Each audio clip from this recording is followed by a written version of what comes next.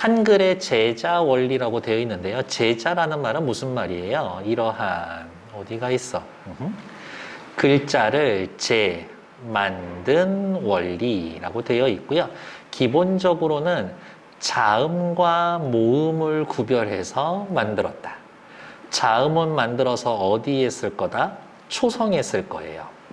받침, 종성에 쓸 거예요. 모음은 만들어서 어디에다가 쓸 거예요? 중성에다가 쓸 거예요. 그러면 초성에 들어가는 것 따로, 종성에 들어가는 것 따로 만드나? 그렇지는 않을 거예요. 세종대왕이 한글을 만들면서 글자를 만드는데 이게 아무리 구분해서 들으려고 해도 초성에 오는 글자랑 종성에 오는 글자가 그렇게 차이가 안 나. 그래서 초성에 들어가는 글자 자음으로 만들어 놓고 걔네를 활용해서 종성에다가 다시 또 쓸 거예요. 되게 좋은 생각이지.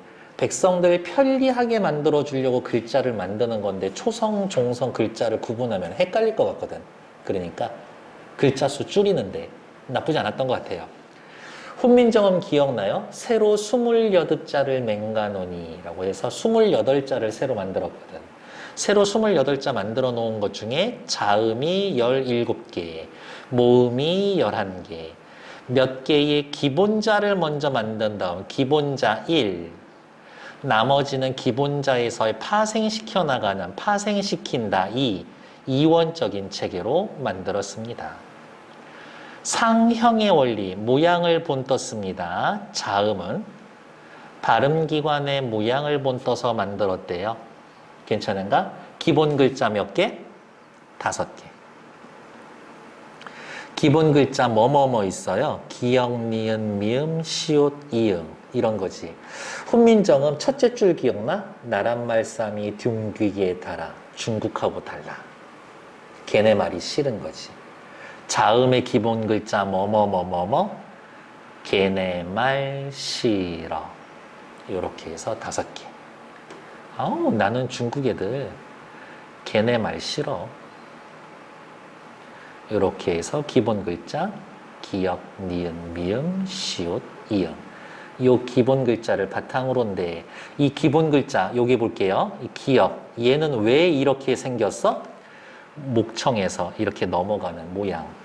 니은은요. 느느느느느느 혀가 윗 잇몸에 닿는 모양.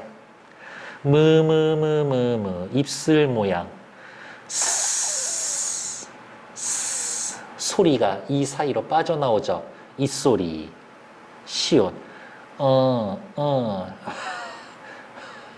목구멍에서 동그란 목소리. 동그란. 괜찮나요? 옛날 드라마에 뭐지? 뿌리 깊은 나무라고 드라마 있었는데 한석규 나오고 장혁이랑 신세경 나오는 거. 거기에 보면 중간쯤에 보면 시신을 하나 구해와서 세종대왕 그 앞에서 막 해부해서 보는 그런 장면이 있거든. 진짜인지는 모르겠지만 아무튼 그런 장면이 있어요. 그래서 기본 글자 걔네말 실어 가획 획을 더한다. 획을 더할수록 소리의 세기를 반영해서 기본자에 획을 더한다. 우리 옆에다가 하나 더 쓸까요? 획을 더할수록 소리가 세진다. 기역에다가 획 더하면 뭐예요? 크지. 니은에다가 획을 더하면 드, 트. 무에다가 획을 더하면 브, 프. 아마 원래 처음에 이랬을지도 몰라. 근데 이러면 글씨가 헷갈리니까 무, 브, 무에다가 요렇게 획을 더한 거지. 프. 요렇게 갈수록 획을 더했다. 무브프. 소리가 세지죠. 걔네말 싫어. 스에다가 획을 더하면 즈. 하나 더하면 츠. 스, 즈, 츠. 소리가 세지지. 걔네말 싫어. 이응에다가 획을 하나 더하고 하나 더하면 흐. 솔직히 이 음이 정확히 뭔지는 모르지만 누가 할 거야? 들어본 사람이 없는데. 어쨌든 정리. 자음은 쓰지는 마세요. 발음기관의 모양을 본뜬 상형의 원리로 기본 글자 개내말 시러를 바탕으로 가획의 원리 획을 더해서 글자를 글자를 자음을 만들었습니다. 여기까지 문제될 거 있을까? 없죠. 각각 개내말 시러 5글자는 소리가 나는 위치의 발음기관의 모양을 본던 거지. 추가적으로 여기 더 쓰자면 소리가 나는 위치의 발음기관의 모양을 본떴습니다. 자, 그럼 생각해 볼까? 자음 몇 개 만들었대? 17개 만들었대? 여기 기본 글자와 가획의 글자 전부 다 합치면 몇 개? 14개죠. 3개 없는데 누가 없을까? 종성에만 쓰는 옛, 이음, 흐름소리, 리을, 반치음, 시옷 얘네가 없습니다. 얘네도 줄 맞춰서 써줘야지. 이렇게 줄 맞춰서 쓰면 줄 맞춰서 쓰면 요 기역줄 밑에다가 안 써도 돼. 여기 밑에 있는 거 표 다시 설명해 줄 거야. 니은 줄 밑에다가 리을, 요 시옷 줄 밑에다가 예. 옛, 이응, 리을, 반, 치음. 이렇게. 자, 밑에 거 표 볼게요. 이체자예요. 무슨 뜻이냐면 형태가 다른 글자 이런 뜻이에요.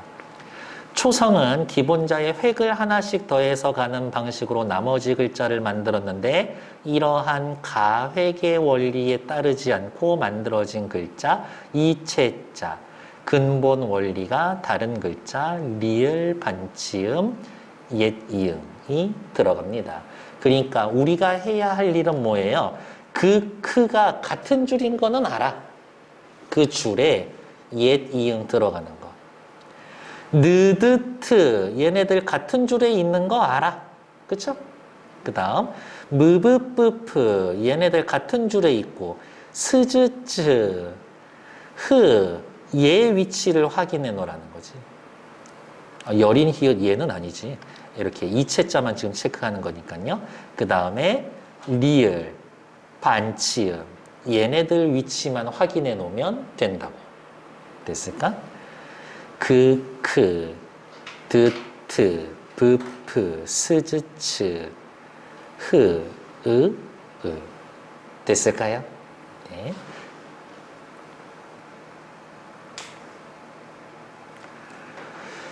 굳이 해석을 하면요. 온전히 맑은 소리, 그 다음 맑은 소리, 맑지도 않고 탁하지도 않은 소리, 완전 탁한 소리 뭐 이런 건데 예삿소리, 맑은 소리, 거센 소리, 울림소리, 뭐 된소리 뭐 이렇게 해놨었던 거 그냥 확인하시면 되지. 자, 다시 세종대왕이 새로 28자를 만들 때에는 자음 17개와 모음 11개를 만들었는데 자음은 발음기관의 모양을 본던 기본자 5글자에 기본 글자 5개의 가획의 원리를 글자로 만들고 이체자 3개를 더해서 17개. 모음은 당시 조선은 무슨 국가라고 그래요? 성리학 국가라고 그래요. 성리학에서 따질 때 세상을 구성하는 요소 중 가장 중요한 3개는 뭐다? 하늘, 땅, 사람이다. 옛날 이 시절 사람들한테 세상을 그려보세요 라고 이야기를 하면 대충 이렇게 그릴 거예요. 땅은 모나고 하늘은 둥글고 그 안에 사람이 서 있다. 땅은 네모나고 평평하고 하늘은 둥글고 사람은 그 위에 서 있다. 천지인 삼재 3가지 중요한 요소. 하늘은 어떻다고? 둥글고 땅은 평평하고 사람은 서 있고 이러한 형상을 본떠서 기본자 아래 아, 으, 이를 만들었습니다. 음양의 조화 이런 얘기 들어본 적 있어요? 있을 거예요. 하늘은 양이고 땅은 음이야. 사람은 서 있으니까 중간에 있는 존재고. 이러한 기본자를 조합하여 나머지 글자를 만들었습니다. 자음은 기본자 5개를 바탕으로 가획의 원리에 의해서 나머지 이체자 3개 만들었고, 모음도 기본 글자 3개를 만들어서 가획 이체가 아니라 얘네는 초출, 제출이라고 하는 조합을 하여서 만들었습니다. 이거예요. 자, 그러면 질문. 자음의 기본자, 모음의 기본자의 공통점 뭐예요? 자음과 모음의 기본자의 공통점. 쉬워요. 발음기관의 모양 본떴지. 하늘, 땅, 사람의 모양을 본떤 거죠. 그러면 자음과 모음자의 기본 글자의 공통점은 상형의 원리다. 이 말을 해주시면 됩니다. 요게 교과서에 들어갈 때 이 문제 자주 있었거든요.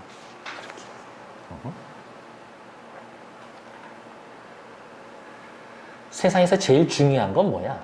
하늘이야, 하늘. 그래서 조합을 할 때 어디든 하늘이 꼭 들어갈 거예요. 이렇게. 점, 콩 찍혀져 있는 거 뭐라고? 아래, 아. 하늘의 둥근 모양을 본떴습니다. 땅의 평평한 모양을 본떴습니다. 사람이 서 있는 모양을 본떴습니다. 하늘은 둥글다, 땅은 평평하다, 사람은 서 있다. 괜찮나요? 땅은 하늘 없으면 안 돼.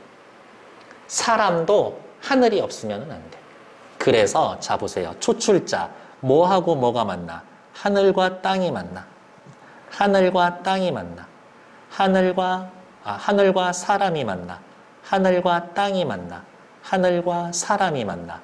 초출자에는 하늘이 사람과 하늘이 땅과는 만나도 땅과 사람은 안 만나. 왜? 생각하는 거지. 땅이랑 사람이랑 만나봐야 소용이 없어. 하늘이 없으면. 그래서 초출자의 핵심은 뭐다? 하늘이다. 이렇게. 하늘, 땅 하면 오고, 사람, 하늘 하면 아고, 땅, 하늘, 우, 하늘, 사람, 이렇게 되는 거죠. 어쩜 균형을 잘 맞춰놨는지 오는 양성 모음, 아 양성 모음, 우 음성 모음, 음성 모음 이렇게 또 구분이 될 거예요. 하늘은 한 번 모시고 2번 모시고 3번 모시고 그래야지. 하늘을 2번 모시면 오에다가 하늘 더 들어가니까 요 양성, 야 양성, 유 음성, 여 음성 이렇게 나옵니다. 그래서 개수로 따지면 몇 개? 하나, 둘, 셋, 넷, 다섯, 여섯, 일곱, 여덟, 아홉, 열, 열하나. 정말 딱 11개지. 됐을까요? 그럼 나머지 것들은요. 여상합자라 그래서 옆에 또 추가로 더 들어가긴 할 건데 이 표에는 없으니까 일단 패스. 됐을까? 아까 맨 처음 설명을 할 때 뭐라 그랬어요? 자음과 모음을 따로 만들어서 자음은 초성에 쓰고 모음은 중성에 쓰고 종성도 자음을 쓸 거라고 했는데 종성에 들어가는 글씨 굳이 만들지 않을 거라 그랬죠? 왜? 안 만들어도 돼? 안 만들어도 돼. 초성 거 다시 갖다 쓰면 되니까. 그래서 그 원리가 나와 있는 말이 종성, 부용, 초성.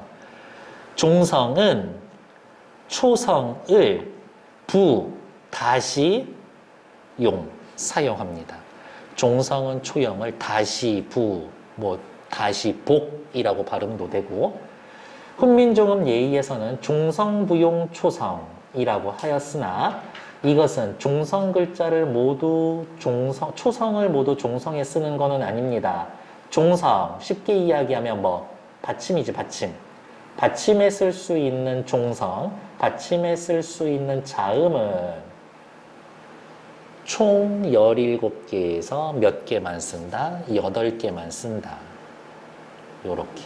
주의해야 될 건 요 이응이 옛 이응이다라는 거.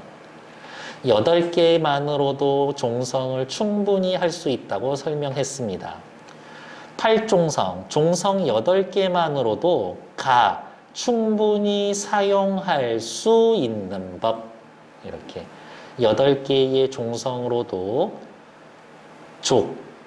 충분히 사용, 가능하다. 그래서 팔종성 가족용 이렇게 이야기합니다.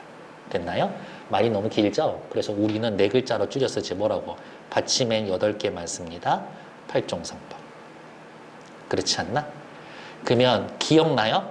훈민정음에서 이 시절 팔종성법이었었지 확인되는 단어가 하나 있었는데 옆에다가 미리 쓸까요?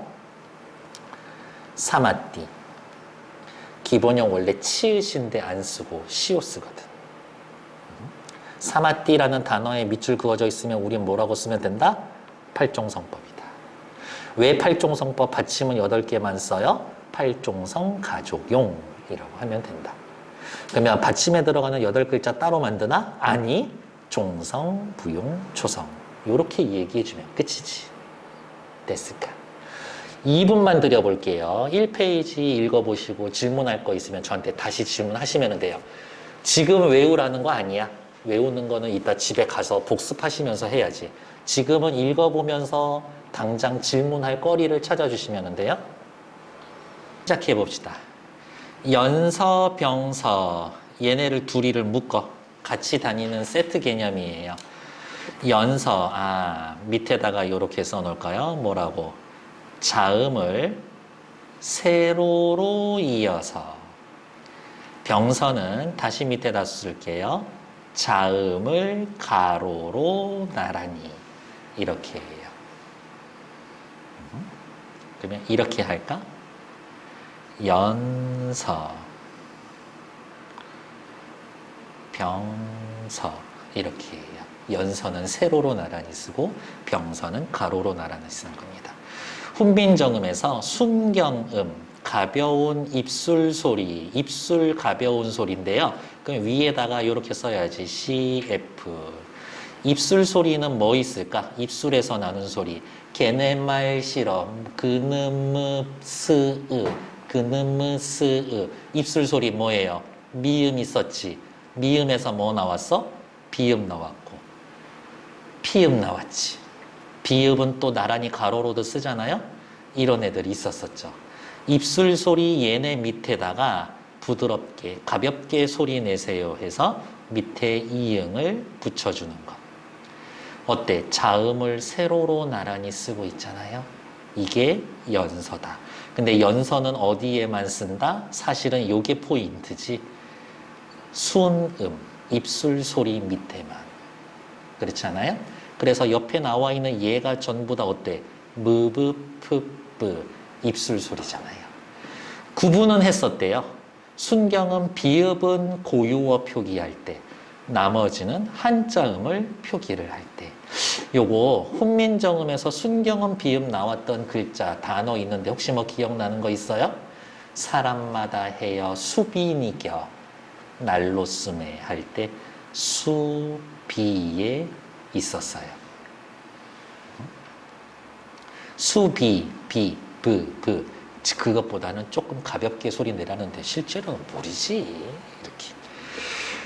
연서는 글자를 세로로 나란히 쓴다. 언제? 입술 소리에서만. 병서는 자음을 가로로 나란히 쓴다. 글씨, 여기 화면을 조금 키워드릴까? 글자를 나란히 씁니다. 가로로. 근데 각자 병서와 하병 병서가 있대요. 각자, 지들끼리끼리. 각자, 지들끼리끼리. 같은 글자를 나란히 씁니다. 하병 병서는요, 다른 것끼리 합쳐서 사용합니다. 다른 글자를 나란히 씁니다. 어떻게? 가로로. 시옷으로 시작하면 시옷계, 비읍으로 시작하면은 비읍계, 비읍 되면 비읍 시옷계 이렇게 나온다고 합니다. 죄송해요. 저 전화 한 통만 잠깐 받고 올게요. 하병병서 뭐라고? 다른 것끼리 합쳐서 가로로. 자, 근데 여기 발음이 나와 있지는 않은데요. 요거 시옷으로 되어 있는 건 이거 그냥 뒤에 거 된소리로 발음을 해요. 된소리로. 당시에도 그랬어. 근데 비읍계 있지. 얘네는 둘 다 소리나. 둘 다 소리내. 이렇게. 그러니까 얘는 읽을 때 꿈, 또, 뼈 이렇게 읽었어. 근데 얘네들은 부듯, 부살, 부짝, 부타다 이런 식으로 분지, 본지, 분지는 정확히 모르겠지만 아무튼 비읍 소리 났었어. 비읍 시옷계는요 그냥 얘네도 된 소리로 발음했어요. 뭐 그 정도의 차이점은 있었는데 그렇게까지는 안 물어봐. 이렇게 나도 올해나 돼서야 이게 실제 어떻게 소리 냈어요 요 고3 모의고사에서 본 거니까 그 정도까지는 하지는 않을 거다. 하지만 여러분들 교과서의 뒤에 보면은 쌀 이야기 나오는 거 있잖아요. 햅쌀, 그 다음에 또 뭐 있었지? 찹쌀 맞나? 찹쌀, 좁쌀 할 때 걔네들. 그러니까 딴 애들은 신경 안 써도 누구? 얘네들은 둘 다 소리 냈다. 그 정도는 기억해 주자고. 이렇게. 다음. 부서. 글자를 어떻게 부착해서 씁니까? 부착해서 씁니까? 누구에 관련되는 거냐? 모음을 자음에 부착해서 씁니다. 이거야. 자, 어디 뭐 있을까? 요 단어 있겠네요. 부자라는 단어가 있습니다. 비읍이라고 하는 자음에 지읒이라고 하는 자음에 모음을 갖다 붙여 쓰는데 우는 밑에다 쓰고 아는 옆에다 갖다 붙여 썼다고. 하서 아래에 붙였습니다. 무엇을? 모음을 어디에? 자음에. 중성 글자는 모음은 초성 글자 자음 아래에 붙였습니다. 아래 아, 으, 오, 우. 우서 무엇을? 중성 글자 모음을 초성 글자 자음 오른쪽에 붙였습니다. 괜찮나요? 시험 문제 포인트는 뭐겠어요? 으, 아, 으, 오, 우, 아, 야, 여 준 다음에 구별하세요인데 지금 쓰던 대로 쓰면 돼. 하나만 기억하면 되지. 누구? 아래 아는 밑에다 붙였어. 그것만 기억하면 끝이지. 됐을까요? 밑에 성음법, 소리를 내는 법이라는 뜻이고요. 소리를 만드는 방법. 초성, 중성, 종성이 합쳐져서 음절을 형성합니다. 그러면 음절은 뭐예요? 라고 물어보신다면 이 정도가 되겠지. 한 번에 소리 낼 수 있는 단위.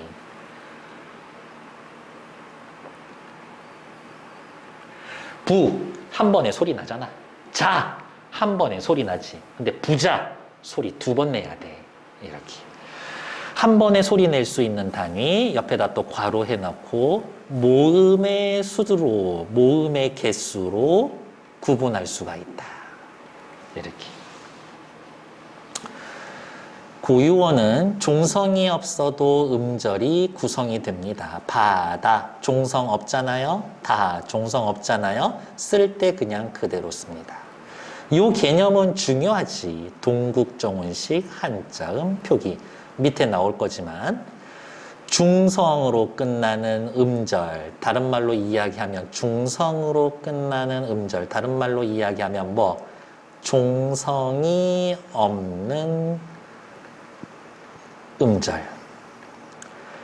에는 음가가 없는 그냥 이응을 반드시 표기합니다. 하지만 포인트는 또 어디다? 한자음일 때. 우리말이 아니라 한자음 표현할 때. 그래서 그대들 이름은 이렇게 쓰겠지. 한자지 이름, 소리 안 나는 이응 써야 된다고. 한자지 이름, 소리 안 나는 이응 써야 된다라고요. 제 동생 이름은 김바다인데요. 얘는 그냥 냅둬. 왜? 이게 우리말이니까. 됐을까?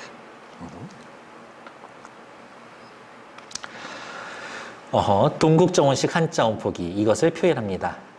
장상, 장상인데요. 아이쿠야, 요게 잘 나와 있지는 않지만 당상 밑에 요거 둘 다 옛 이응이에요. 둘 다 옛 이응이에요. 밑에 넘어가기 전에 밑에 거 먼저 볼게요. 동국정운식 한자음 표기. 이름은 솔직히 좀 기분 나빠. 중국 입장에서의 동쪽 나라, 우리나라거든요. 우리나라에서 말이 빠졌어. 한자음을 올바르게 소리내는 방법이라는 책에 나온 요게 중요한 말이라 그랬죠? 한자음 표기. 우리 한자음을 중국 원음에 가깝게 표기합니다. 중국 원음에 가깝게 표기합니다. 이걸 다른 말로 이야기를 하면 이상적인 한자음 표기 방법. 이상적 한자음 표기 방식. 요걸 또 다른 식으로 뭐라고 이야기를 하냐? 우리는 실제 그렇게 발음하지는 않았었는데요. 현실적인 한자음 표기 방식은 아니다. 이상적인 한자음 표기 방식은 맞지만 현실적인 한자음 표기 방식은 아니다. 중국 원음에 가깝게 적는데 이 당시에 편, 안 이렇게 발음을 했고 이런 단어들로 쓰여진 책들이 있어. 근데 왜 뼈이라고 그래? 중국 애들이 뼈난 뭐 이런 식으로 발음했나 보지. 그래서 비슷하게 발음하려고. 성음법에 따라서 초성, 중성, 종성을 반드시 갖춰 적으며 끝소리가 없는 경우에는 음가 없는 소리가 안 나는 이응이나 순경음 미읍을 붙입니다. 괜찮나요? 자, 그러면 질문. 언제 이응을 쓰고 언제 순경음 미읍을 쓸까? 딱 정해져 있는 거는 아니나 한자음일 경우에는 보통 얘를 써줍니다. 이렇게 꼭 뭐로 정해져 있다라고 하기 힘들죠. 얘 공허하다, 허무하다 할 때 쓰는 빌허자야. 허. 소리 안 나는 이응을 썼죠. 하다위, 행위 할 때의 위, 소리 안 나는 이응을 썼고요. 북두칠성 할 때 소리 안 나는 순경음 미읍을 써줬습니다. 이영보래라는 말은 무슨 말이냐? 이응, 여기 볼게요. 이응으로서 리을을 보충해 줍니다. 이런 뜻이에요. 리을로 쓰여져 있는 한자음은 반드시 옆에 요렇게 얘 이름 뭐예요? 여린 히읗을 써줍니다. 날일 리을로 끝나서 요렇게 나아갈 발전할 때 그 발이에요. 그땐 벌이라고 발음했나 보지? 요렇게 쓴답니다. 갈등 갈 요렇게 썼어요. 또 리을로 끝나는 거 뭐 있을까? 벌, 볼, 갈, 날, 달, 날, 말, 발, 살, 알, 잘. 뭐 아무튼 그랬다더라 라는 것들 확인 됐을까? 동국정운식 한자음 표기 됐고요. 위에 성조한 다음에 또 볼게요. 요게 포인트예요. 의외로 소리의 높고 낮음. 저거를 소리의 길이라고 이야기를 해서 착각하게 만들거든. 성조는 소리의 높낮이에요. 성조에 따라 말의 의미가 달라집니다. 말 다르다고. 발 다르다고. 방점, 글자의 왼쪽에 점을 찍어서 성조를 표시합니다. 그래서 잘 썼네. 왼쪽에 더해준다라고 해서 좌가점. 성조를 나타내는 점, 방점.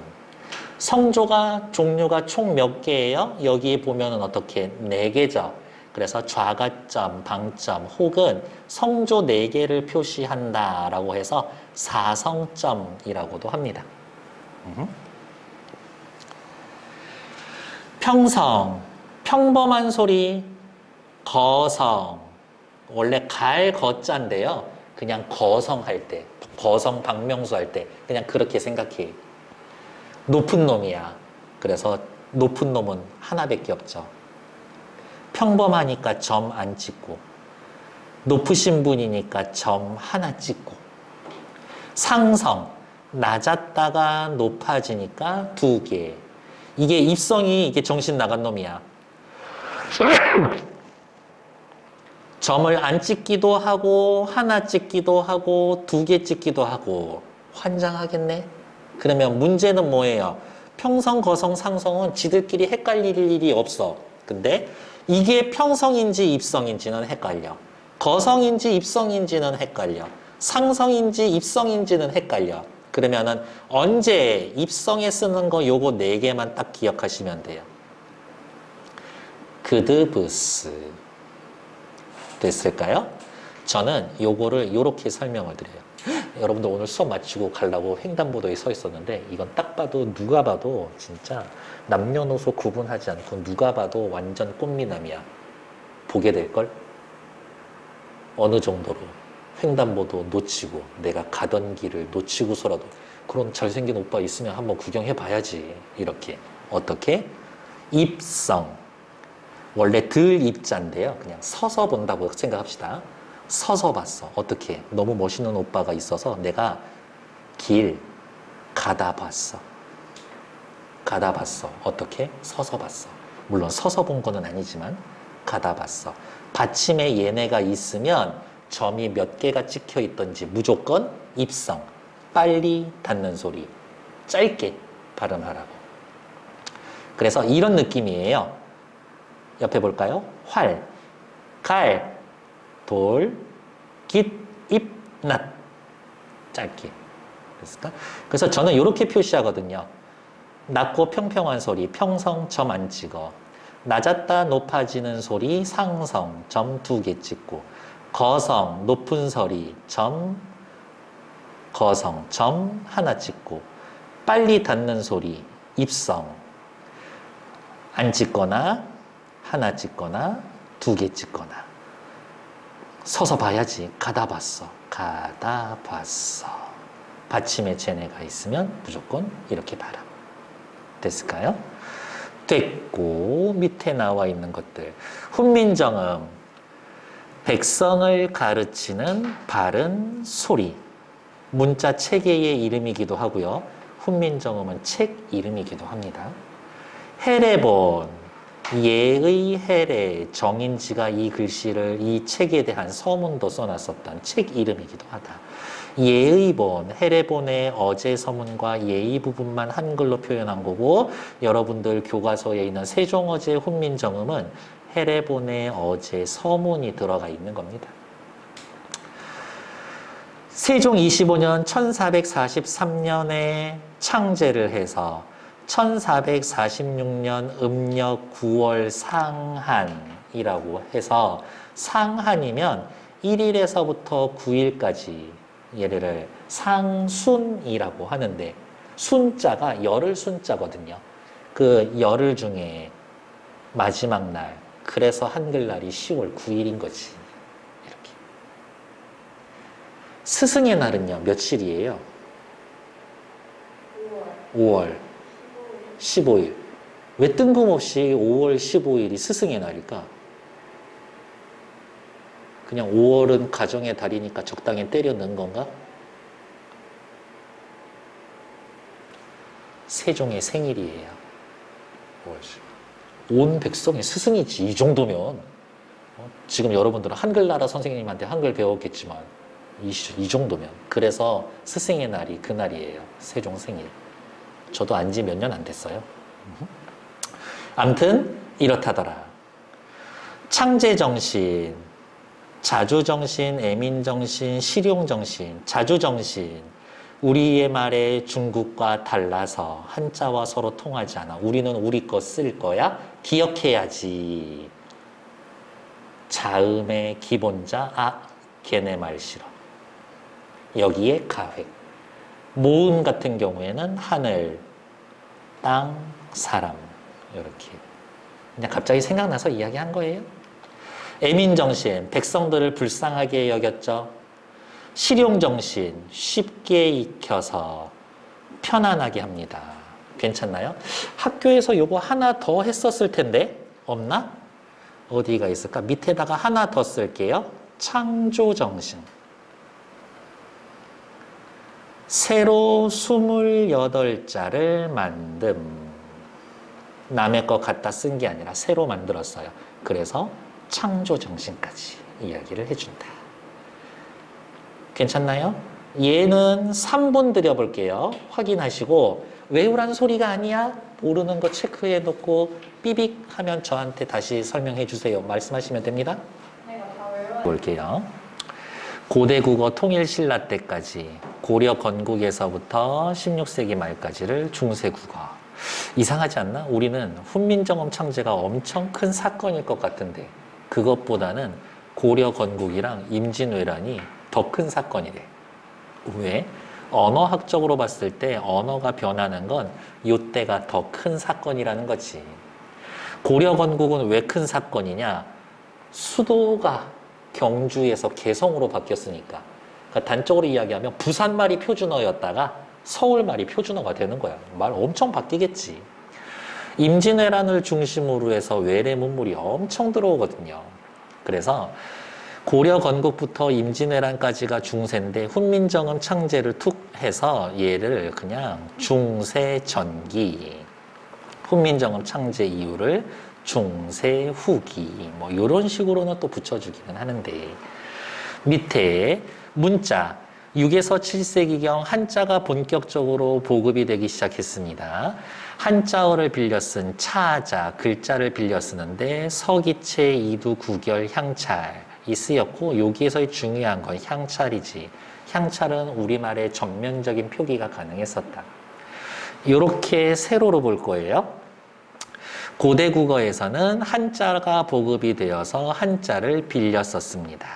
중요한 건 향찰이다. 자료가 많이 남아있을까? 별로 없습니다.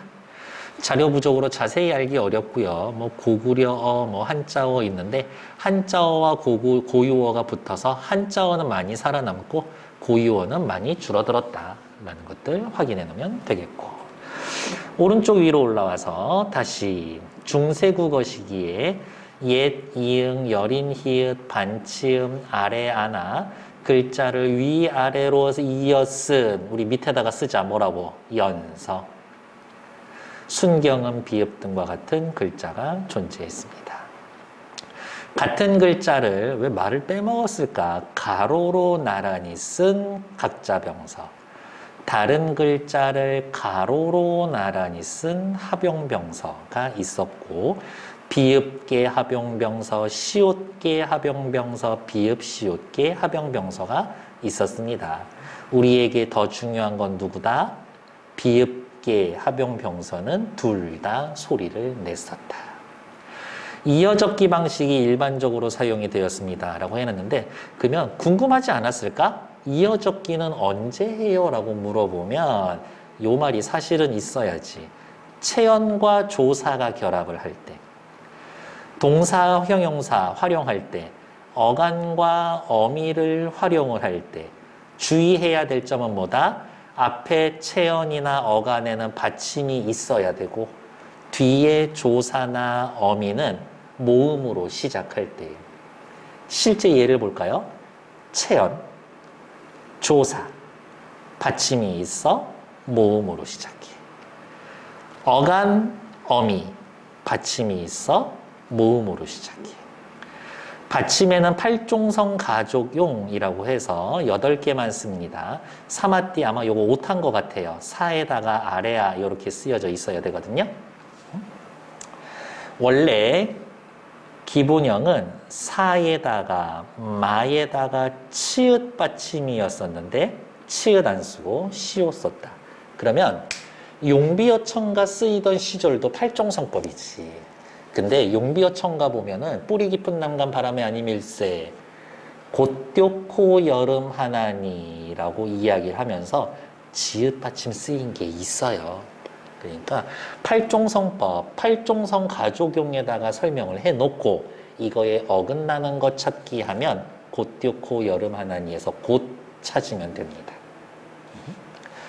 된소리가 등장하기 시작했대요. 된소리 뭔데요? 끄, 뜨, 뿌, 스, 즈 이렇게 중세국어 시절에 된소리가 등장하기 시작했어요. 알 수 있는 단어 뭐 있어요? 나란 말싸미, 문자와로 서로 통하지 아니할 때 그런 애들의 밑줄 그어져 있으면 된소리 등장했다. 얘기하면 되지. 어두자운군이 있었어요. 어두자운군 뭔지 알고 있죠? 모음조화 현상이 현대국어에 엄격하게 지켜졌습니다. 모음조화는 뭔데요? 양성모음은 양성모음끼리, 음성모음은 음성모음끼리 모아 쓰는 건데 양성모음, 음성모음 딱 3개씩만 기억하면 되죠? 아래 아, 아, 오. 음성모음은 전부 다 반대 쓰면 되지. 하늘의 반대, 반대, 반대. 됐을까요? 서르, 어 음성, 음성. 그러니까 모음조화 엄청 잘 지켜졌구나 라고. 성조가 있었고요. 오해하지 말라 그랬죠. 성조는 뭐라고? 말의 높낮이. 방점을 찍어서 표시를 했었다. 방점 다른 말 뭐 있었어요? 좌가점. 성조는 4개였었으니까 사성점. 요렇게. 그래서 얘 읽으면 나랏, 말, 싸미 이런 식으로 발음했었을 거예요. 빡세지? 금방 없어져. 밑에 고유어와 한자어 송에서도 여전히 고유어가 한자어로 대체되었습니다. 한자어 사용이 늘어났습니다. 이 상황하고 똑같네. 이웃나라와 접촉하는 과정에서 중국어, 몽골어, 여진어 등의 외래어가 수입되었습니다. 투구, 피리, 배추, 수라, 호라메, 송골매, 두만강 할 때 두만강 이러한 말들. 현대와는 의미가 다른 놈이 있었습니다. 어머, 의미가 다른 단어가 있다. 어리다, 어리석다, 젊다, 놈 사람 전체 남자를 낮춘다, 어여쁘다, 불쌍하다, 예쁘다 라고 되어 있는데 옆에다가 정리해야 되겠네요. 의미의 변화 과정은 1. 의미 확대 2. 의미 축소 3. 의미 이동된 단어가 있는데 3개 중에 그냥 하나 얘기해 주시면 돼요. 어리다는 의미 이동 축소 확대 중에 뭐니? 얘네 둘이 뜻이 전혀 상관이 없죠. 그러니까 얘는 의미 이동이지.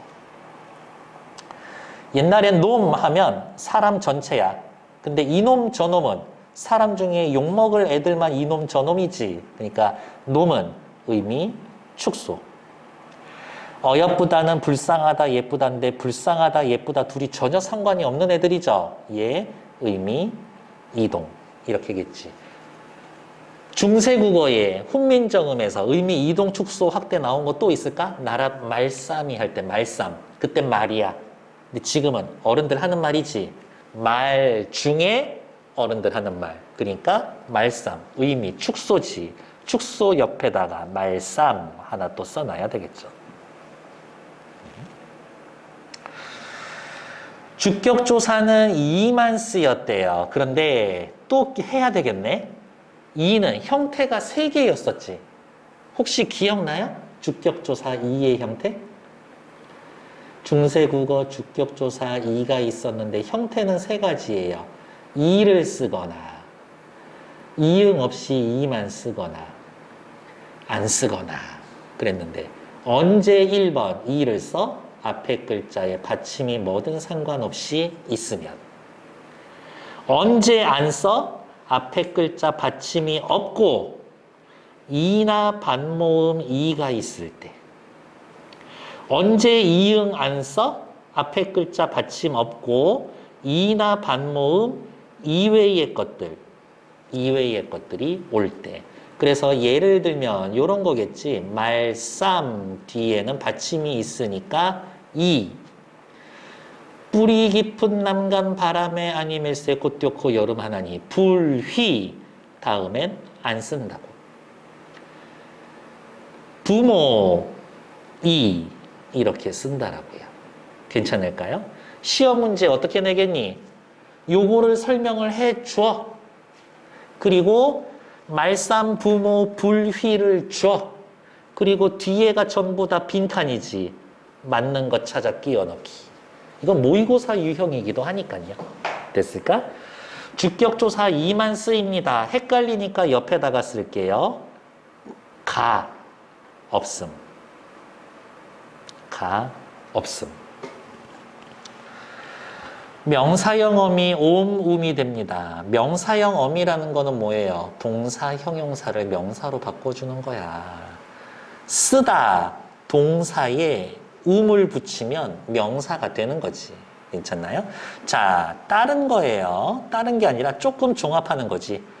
이 숨이라는 단어를 통해 알 수 있는 거 그냥 한번 이야기해 볼까요?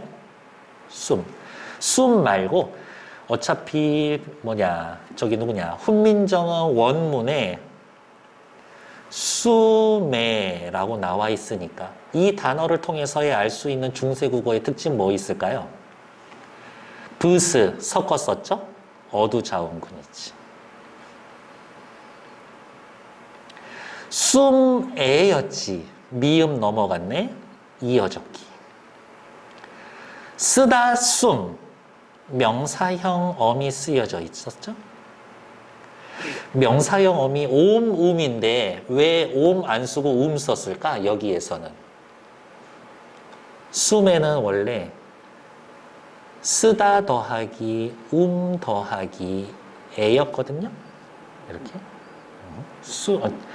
죄송해요. 나라 숨에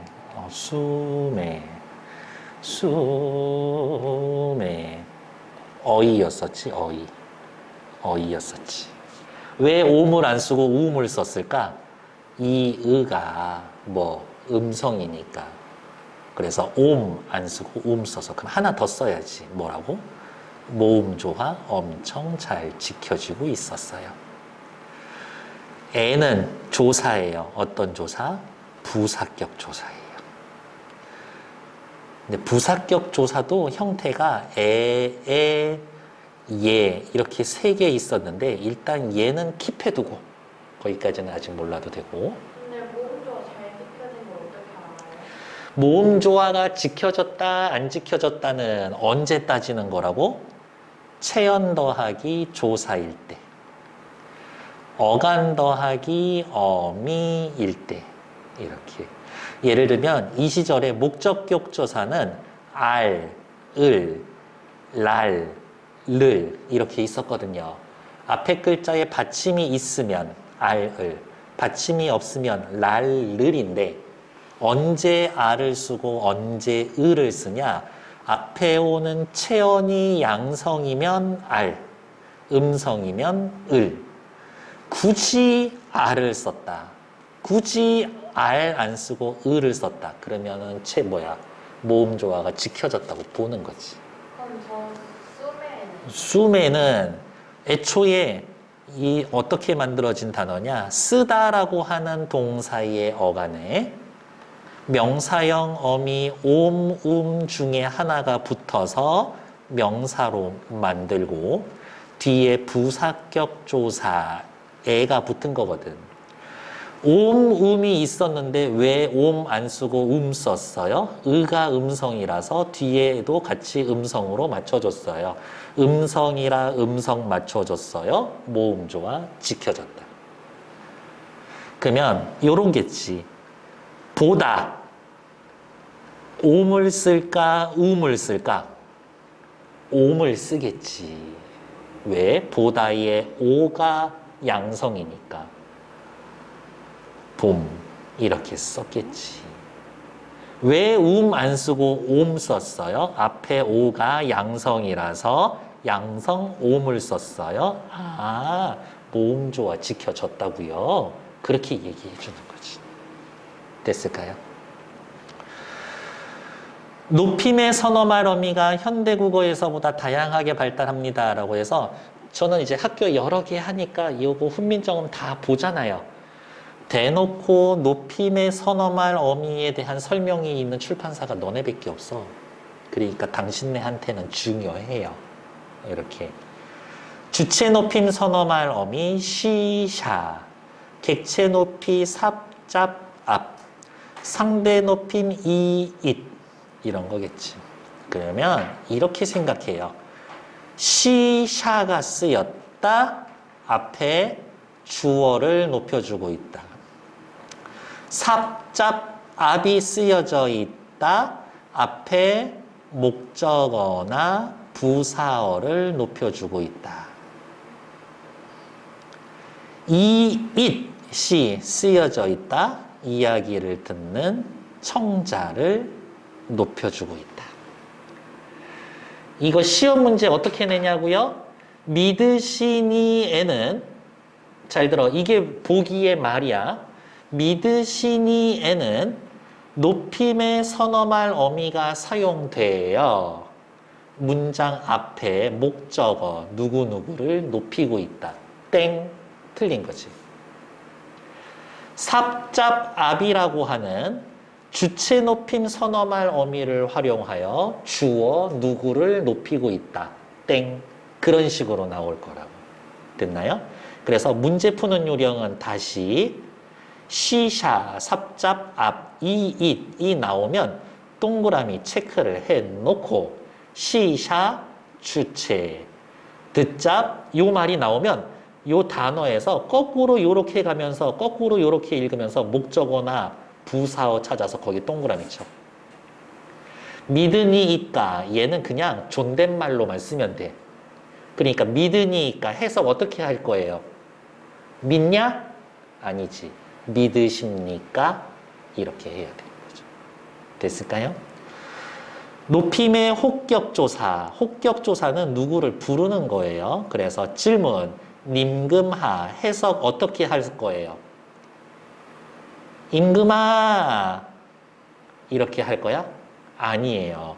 존칭이거든요. 존칭. 그래서 임금이시여 이렇게 해야 돼요. 우리나라 훈민정음으로 전해지는 가장 오래된 노래가 백제 노래거든. 정읍사라는 노래가 있어요. 시작 어떻게 시작하냐면 CF 정읍사라고 하는 시는 시작이 어떻게 시작하냐면 달하 높이곰 도다샤 어기야 머리곰 비치오시라 이렇게 쓰여져 있거든요. 그러면 달하 해석 어떻게 해야 돼? 달님이시여 이렇게 해석해야 돼요. 반말하지 마시라고. 됐을까? 선어말 어미 오우가 사용되었습니다. 얘는 이렇게 설명을 이렇게 하다가 말았어. 1인칭이에요. 1인칭. 얘를 맹가니라고 했으면 만드니 이건데 주어가 누군지 몰라. 근데 맹갈오니 해서 이 오가 붙으면은 내가 만든 거야. 그래서 옛날에 말이 많았었잖아요. 훈민정음을 누가 세종대왕과 집현전 학자들이 같이 만들었다라고 이야기했는데 아니야. 혼자 만든 거야. 왜? 훈민정음에 맹간론이라고 했거든. 이 오는 1인칭 나한테만 쓰는 거예요. 그러니까 혼자 만든 거 맞아. 그리고 그냥 그렇게도 이야기를 하더라고요. 이거 한 사람 머리에서 나와야 이렇게 정리가 되지 여러 사람 머리 모으면 오히려 이렇게 정리 안 돼. 그렇게 또 이야기하기도 합니다. 이 페이지 읽는 시간 3분만 드려볼게요. 자, 표기법 이어적기, 거듭적기, 끊어적기 나왔는데 옆에 볼게요. 이어적기 소리 나는 대로 표기하는 것이라고 되어 있고요. 위에다가 그냥 하나만 더 쓸까? 표음주의적 표기. 끊어적기 형태소의 모습을 밝혀서 적는 거다. 표의주의적 표기. 뭐 그냥 그런 말도 쓴다고 말 만들어내기 좋아하시는 분들. 앞 음절의 중성 자음 뒤에 모음으로 시작하는 조사어미 접사 등이 이어지는 경우라고 해놨는데요. 표기법 이어적기, 거듭적기, 끊어적기는 언제 해요? 라고 하면 체언과 조사가 결합을 할 때, 어간과 어미가 결합을 할 때, 어근과 접사가 결합을 할 때, 요때 쓰는 말인 거예요. 대신 공통점은 뭐다? 앞에 오는 체언, 어간, 어근에 뭐가 있어야 된다? 종성이 있어야 되고, 뒤에 오는 조사, 어미, 접사 얘네는 어떻게 생겨야 한다? 모음으로 시작해야 한다. 이런 거예요. 그러니까 학교 이 말에는 어떻게 이어적 기냐 끊어적 기냐 거듭적 기냐라고 말을 할 수가 없는 거라고. 받침 자음을 뒤로 이동하여 음절에 초성의 표기함 맘을 거듭적기 받침 2번 쓰면 되고 끊어적기 받침 1번만 쓰면 되죠. 얘는 뭐 어려운 건 아니니까. 다음 받침 표기 팔종성 가족용이라고 하고 더 쉬운 말로 그냥 팔종성법이라고 하는데 우리가 기억해야 될 거는 뭐다? 소리 나는 받침 8개 기억만 해두면 된다. 소리 나는 대로 표기하는 표음적 표기법에 따라서. 칠종성법은요, 요렇게 7개. 주의해야 할 포인트는 뭐다? 시옷이 살아남아 있고, 디귿이 없어졌다. 그 다음 더 주의해야 될 거, 이거 얘 이응이고, 얘는 그냥 이응이고. 그 정도의 차이점이 있다. 됐을까요? 그리고 주의해야 될 건 곧이라고 쓰여져 있죠. 옆에다 하나 쓸까? 곧. 고에다가 시옷. 요렇게 씌우면 발음 기호죠? 둘이 소리 다르다. 어떻게 다르다? 정확히 아무도 모르지. 들어본 사람이 없는데. 모음 조화. 양성 모음은 양성 모음끼리, 음성 모음은 음성 모음끼리 어울리는 거예요.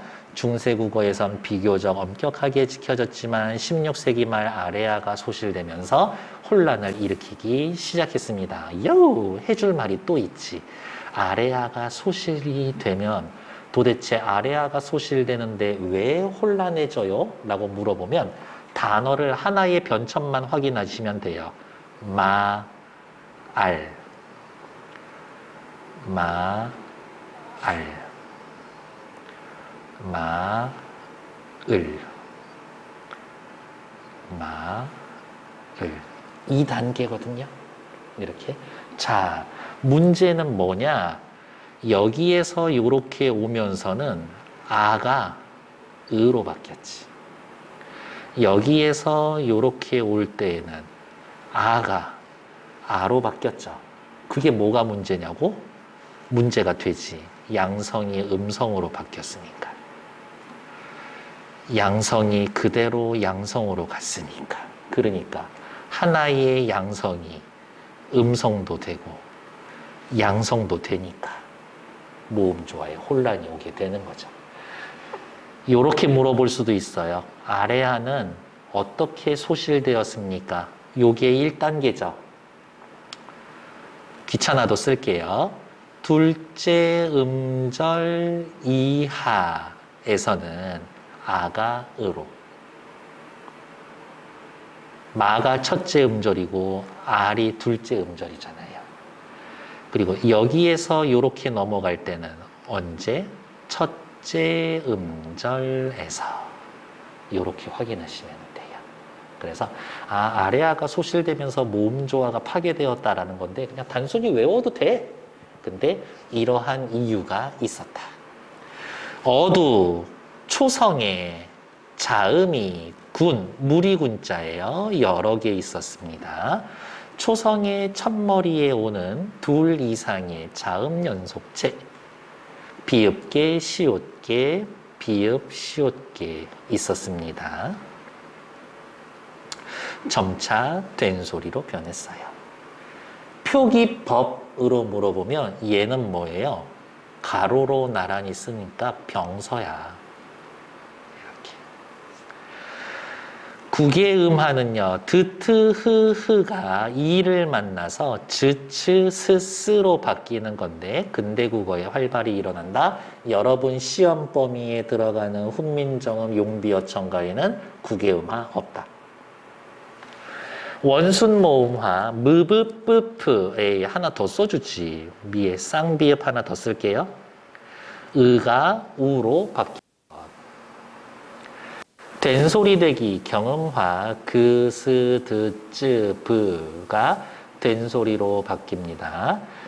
음진왜란 이후 근대국어 시기에 많이 일어납니다. 라고는 하는데 그냥 시대가 너무 험한 시대를 겪다 보니까 사람들의 말이 거칠어지고 그게 반영됐어요. 라는 뭐 이론도 있다더라. 근데 윤리청만 저거 3개 있어요? 누구요? 조계음악이랑 원순모음악이랑 단소리 없어요. 3개도 없어요? 네. 중세국어 시절에는 없어. 이렇게. 단어의 의미 변화, 아까 제가 써드린 거네요. 의미, 확대, 축소, 이동 있고요.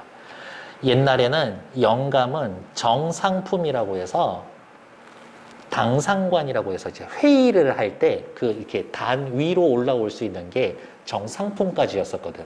그 사람들을 영감이라고 불렀었어요. 그러니까 벼슬이야, 벼슬.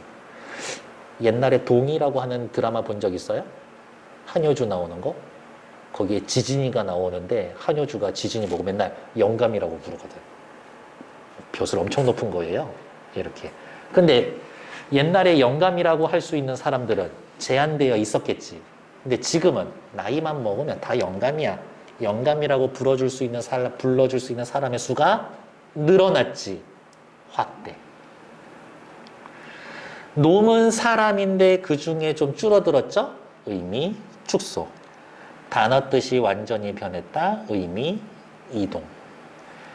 나란 말싸미 할 때 말싸움은 어디에 들어간다고? 확대, 축소. 축소. 옛날에 말싸움하면 사람이 하는 말 전부. 근데 지금 말씀하면 어른들이 하는 말. 그러니까 옆에다 쓰자. 말싸움. 나란 말싸움이 등기면 저로 사랑할 때 이런 저로 어린 백성이 내려보자. 어린 백성 할 때의 어린. 이동. 그렇지. 어린. 옆에다 또 써놓으면 되지. 근데 저 아래야 있잖아요. 네. 또 어떨 때는 아웃 쓰고 어떨 때는 뭐 울루 쓰고 그러잖아요. 네. 그거 어떻게 알아요? 그게 바로 여기야. 첫째 음절에서는 아, 그 이후에는 울루 때문에요? 다? 무조건은 그냥 그렇게 생각합시다. 괜찮나요? 그래서 이제 거기까지 가면은 너무 복잡해지는데 그냥 이렇게 합시다. 이렇게 쓰여져 있었다. 그러면 그냥 그렇게 읽어. 이렇게 있었으면 나는 이렇게 읽어. 그러면 됩니다. 이렇게. 괜찮나요? 네. 그 다음에 어린 백성 하나만 제 뜻을 실어 펴지 못할 놈이 하니라. 뜻이 뭐예요? 많다죠. 의미 이동이지. 이렇게. 참고로 더 써드리면 하다와 하다가 있었는데 위에 하다는 많다고 밑에 하다는 행위할 때 할 위자 내 일을 위하여 할 때 이렇게 다르다라고 확인해 놓으면 되게 문제시나요? 할 위자 행위 할 때 행위? 어, 아, 그러니까 뭘 하는 거예요? 오케이. 그러면 요게 더 쉬울래나? 밑에 하다는 영어의 두. 위에 하다는 영어의 얼랏 오브. 그게 좀 더 쉽겠다. 그렇죠? 그렇게. 다음, 소실된 문자들은 뭐 얘네들 있었어요. 라고 해서 얘네는 뭐 그냥 설명할 게 없을 것 같아요. 이렇게 읽어보시면 될 것 같고, 중요한 거는 요 정도 같아요. 순경은 비읍은 읽어볼게요. 15세기 중반부터 반모음 오우로 변하여, 그러니까 영어로 따지면 W 있지, W. 요걸로 변해서 이중모음을 완성합니다. 더 버에서의 이 버가 이걸로 되는 거야. 그러니까 우어, 워가 되는 거지. 하나만 예를 옆에다가 더 쓸게요.